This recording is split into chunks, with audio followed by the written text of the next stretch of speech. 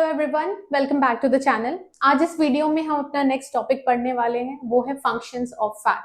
ठीक है, हमारी बॉडी में फैट का फंक्शन क्या है या फिर डाइटरी सोर्सेज क्या है और हमें कितना अमाउंट ऑफ फैट लेना चाहिए, वो आज हम इस वीडियो में पढ़ेंगे। ओके, तो सबसे पहले हम देखते हैं फंक्शन ऑफ फैट, क्या क्या फंक्शन है। सबसे पहली चीज है एनर्जी सोर्सेस। ठीक है, तो जैसा मैंने आपको इससे पहले वीडियो में बताया कि 1 gram of fat is equals to 9 kilo calories of energy. ठीक है, तो सबसे ज्यादा एनर्जी हमें किससे मिलती है? फैट से। इसीलिए हम इसे क्या बोल रहे हैं? Energy sources, which means concentrated form of energy. ठीक है, कंसंट्रेटेड, ये 1 ग्राम कितना दे रहा है? 9 किलो कैलोरीज। ठीक है, ओके। नेक्स्ट आता है स्टोरेज ऑफ एनर्जी। हमने पढ़ा स्टोरेज ऑफ एनर्जी इससे पहले वीडियो में। ट्राइग्लिसराइड है ना, वो एडिपोज टिश्यूज में स्टोर हो जाता है और जब जरूरत होती है तो वो हमें प्रोवाइड करता है एनर्जी, है ना। तो क्या है स्टोरेज ऑफ एनर्जी? कहाँ स्टोर होता है? एडिपोज टिश्यू में।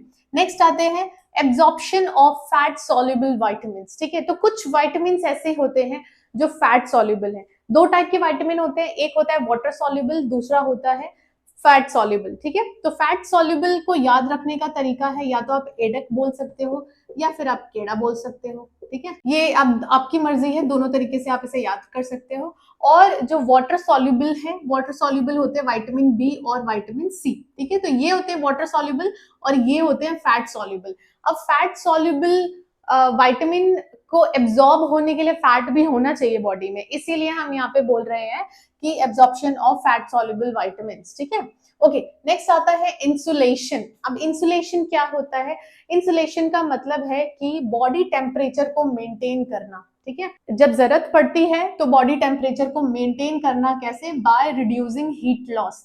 ओके, स्पेशली ठंडियों में जिनके पास भी फैट ज्यादा है उन्हें ठंडी थोड़ी कम लगती है एज कंपेरेटिव किसी भी ऐसे पर्सन से जिसके पास फैट कम है, क्योंकि ये जो फैट होता है वो इंसुलेशन का काम करता है और हीट लॉस नहीं होने देता। ओके, नेक्स्ट हम बात करते हैं protection. Protection as in cushioning of organ.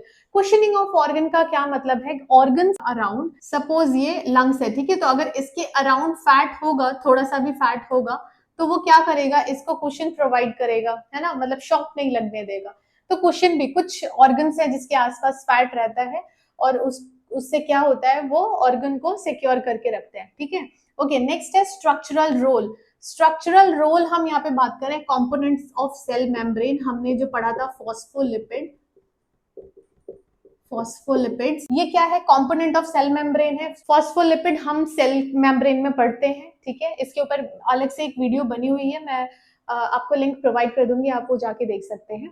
Okay, next आते हैं एसेंशियल फैटी एसिड्स। अब ये एसेंशियल फैटी एसिड्स क्या होते हैं?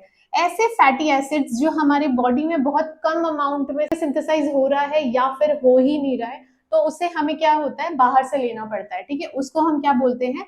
Essential fatty acids. मतलब हमारी बॉडी में नहीं बन रहा है या बहुत कम बन रहा है तो हमें बाहर से चाहिए। For growth and brain development. अब ये जो फैटी एसिड्स है एसेंशियल इसलिए है क्योंकि ये ग्रोथ और ब्रेन डेवलपमेंट के लिए बहुत ज्यादा जरूरी है। ठीक है, एंटी इंफ्लेमेटरी होते हैं, कार्डियक हेल्थ के लिए बहुत ज्यादा जरूरी है। और इसके दो एग्जाम्पल्स मैंने यहाँ लिखे हैं, एक है alpha linoleic acid which is omega 3 and दूसरा है linoleic acid which is omega 6। ठीक है, तो आप हमेशा पढ़ोगे ओमेगा 3 ओमेगा 6 हमेशा अपने डाइट में रखना चाहिए।